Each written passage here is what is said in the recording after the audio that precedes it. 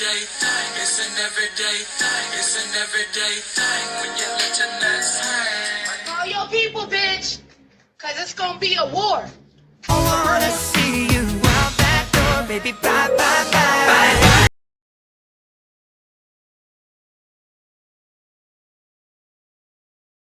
Hi guys, good morning and happy new year. I did just wake up and I saw all the comments, so I'm making this video now, so excuse the appearance.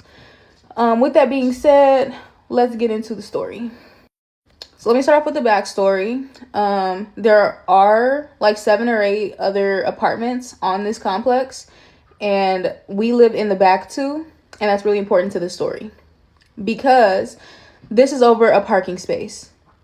I kid you not, this is all over a parking space. Now, let me start by saying that we do not have assigned parking. I don't have assigned parking. She doesn't have assigned parking. No one here has assigned parking, okay? Everyone has one space in front of their apartment, and then we have 4 spaces in the back that you can park. Boom, that's it. Now, as people know, you get like unassigned, assigned parking spaces. You just start parking somewhere and you just keep parking there. She had lived here for years before I got here.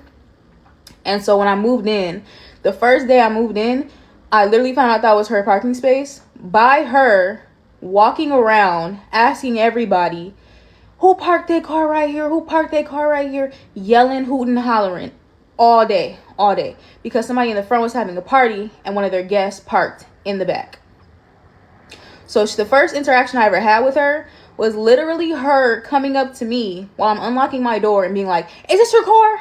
And me being like, no.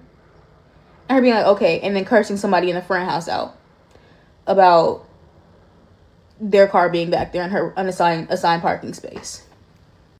So fast forward to the day that the incident happened where she was like, call your peoples. I got home that day and it was maybe like 3 or 4 o'clock ish, and I saw that her car was parked in front of my apartment and her apartment. I'll insert a picture. Parked in front of both of our apartments, like double parked. I called my parents and I was like, oh hey, like she's parked in front of the spot in front of my apartment, and I know that like there's only one other spot and it's the one she's gonna be hooting and hollering about. So my parents called her, she didn't answer, and they texted her, she didn't answer. This went on for hours until my boyfriend got home. So when my boyfriend got home, he told me like, hey, she's parked in front of like your apartment and her apartment, and I can't park anywhere else. I block off your stairs. So right now I'm blocking off your stairs. So I call my parents and I'm like, hey, like it's like 8 o'clock now. She still hasn't moved. And they're like, well, I don't want you to like be blocking the stairs, so move the car into her parking space. And when she gets up, she'll probably see that it's your car, knock on your door, and come ask you to like move, because she's your neighbor and she knows that it's your car. At least she should. We've been here for like months now, right? No. Instead, she does this.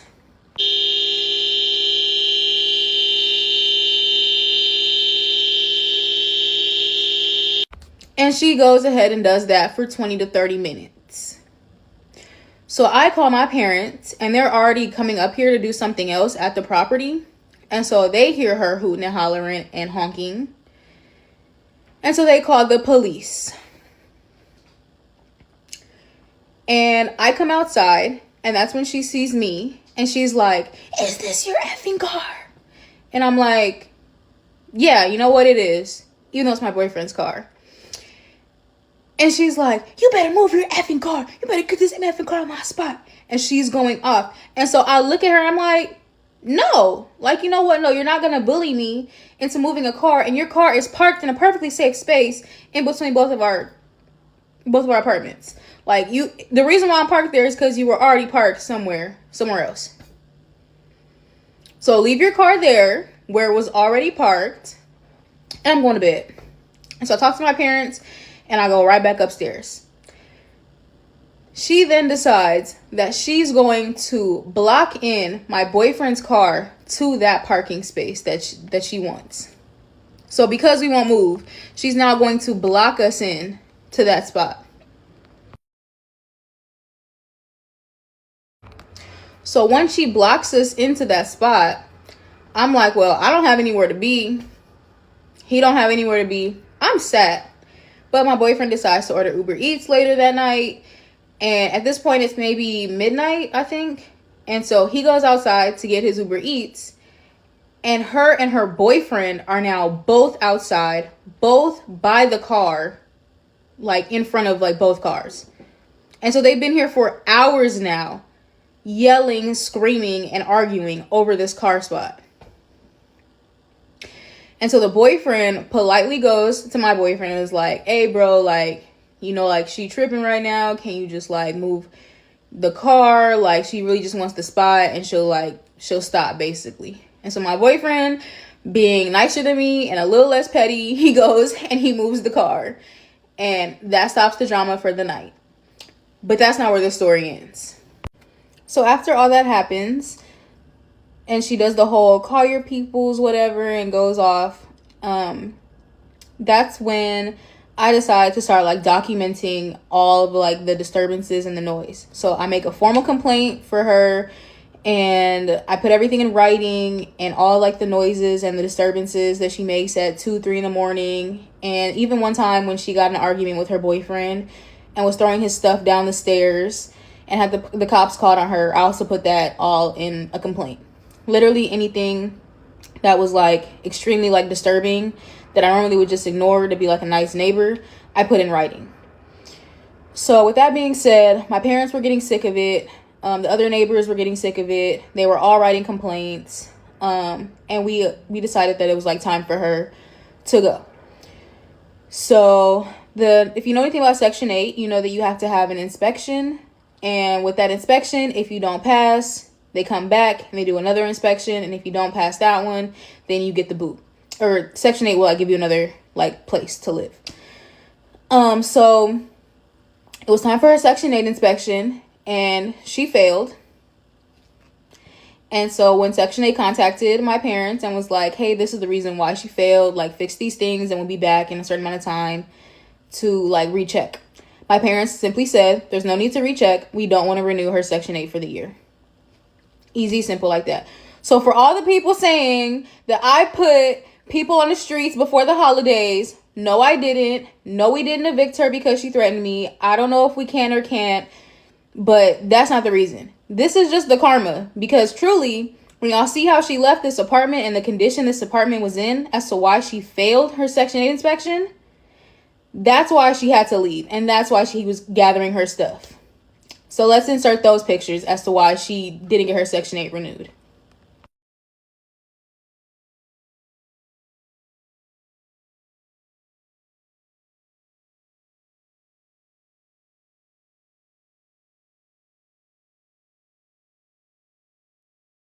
Yo, that's horrible.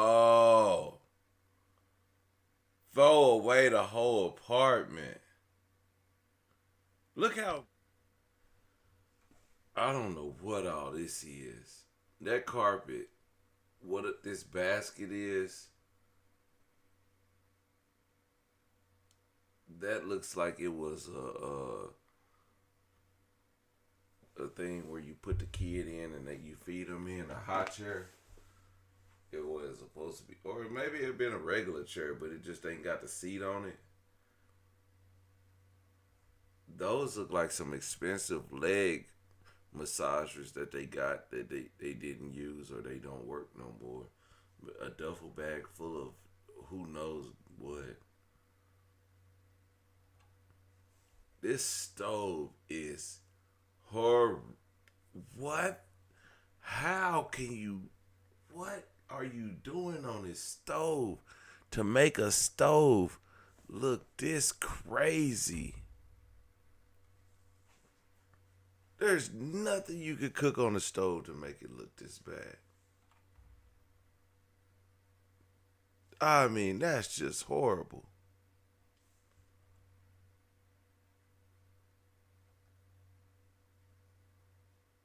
The oil is now, looks like what my car discharges after 3 months of service.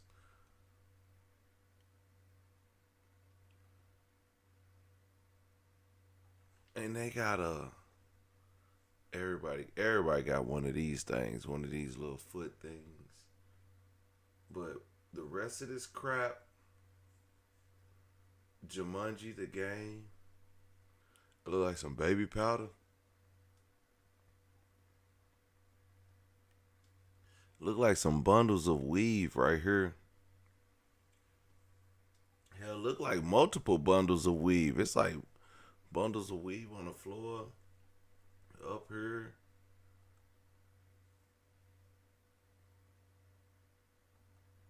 And you broke the tile. Whatever you were doing, like what you could have done to do this much destruction to an apartment is insane. Look how dirty oh my, look how dirty the outlets are. How do you get dirty outlets? How do you get dirty outlets? I've never seen a dirty outlet in my life.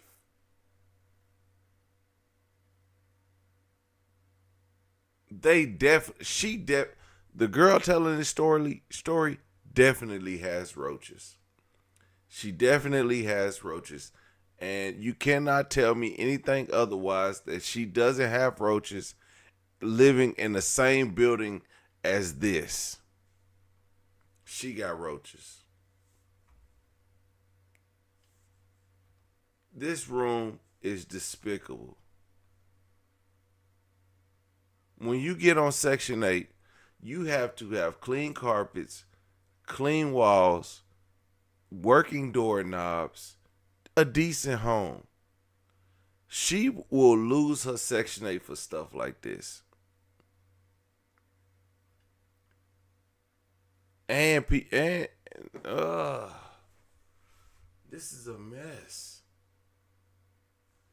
Look at this rug on the floor. I bet under that rug is spotless. I mean, it might not be spotless because how dirty that rug is. But under that rug, I bet you it's much cleaner than the rest of this crap.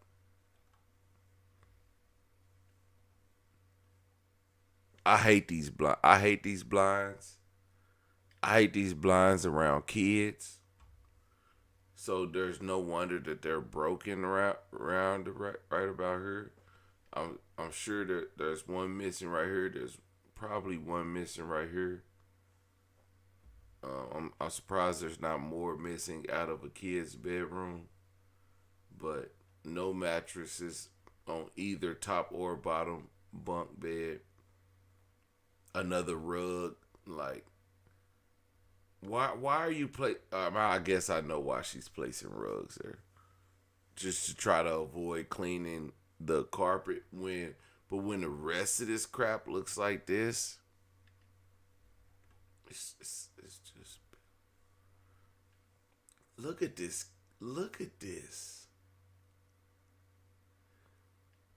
What in God's name? But you know what?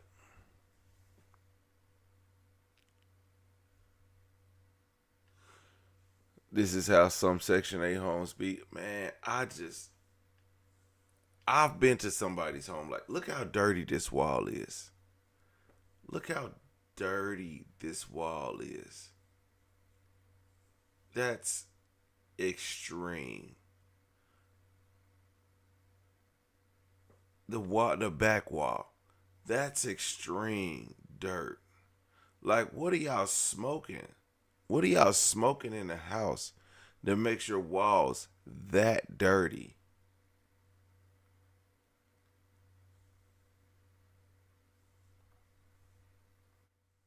So that's what her apartment looked like, and that's how she left it.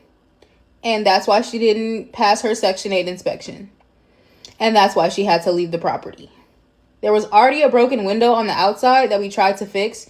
And my parents had already tried to contact her and try to go see the window and see the unit and see what needed to be like updated and stuff like that. And she refused to let anyone in the apartment. She didn't want anyone to fix anything. Even one time when my shower drain was clogged, the plumber came and asked her himself, like, oh, do you want me to come in and like see if yours is clogged because yours are connected because you're next to each other? She was like, no, don't come into my apartment. I don't want anybody in my apartment. And so my parents were like, they sent her the notices like, oh, you have like certain amount of hours or days until we can like come in the apartment. And she was like, don't come in. So after she was already supposed to have been moved out and taken all her stuff with her, she came back and that's what she did to the unit on the outside. We then had to hire someone to come and fix all of this and all of the damage inside for it to even be livable in this like condition she left it in.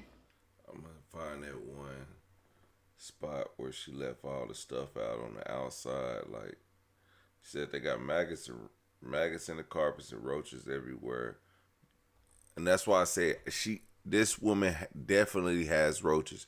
You cannot live next to something like that and not have roaches. You can't. I'm sorry.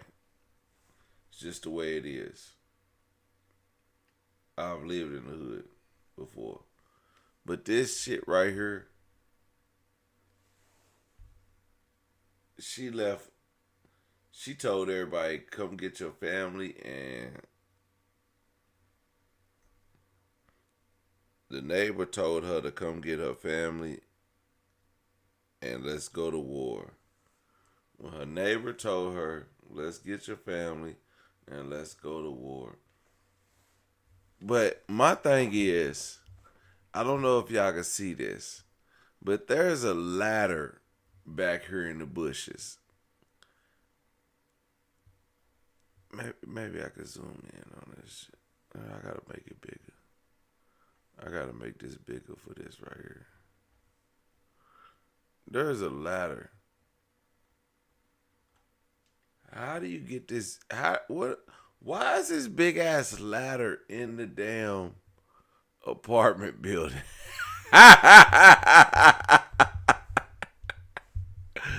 Why is this ladder? Like, what do you need with a ladder that big and you live in an apartment? Okay. I mean, they have a whole locker. It's an entire locker. It's a ladder right here. It's a locker over here. This is a locker, like a gym locker. There's some tables and stuff. I mean, there's the leg massage. The leg massagers made it out to the damn tables and just crap, man. Anyway.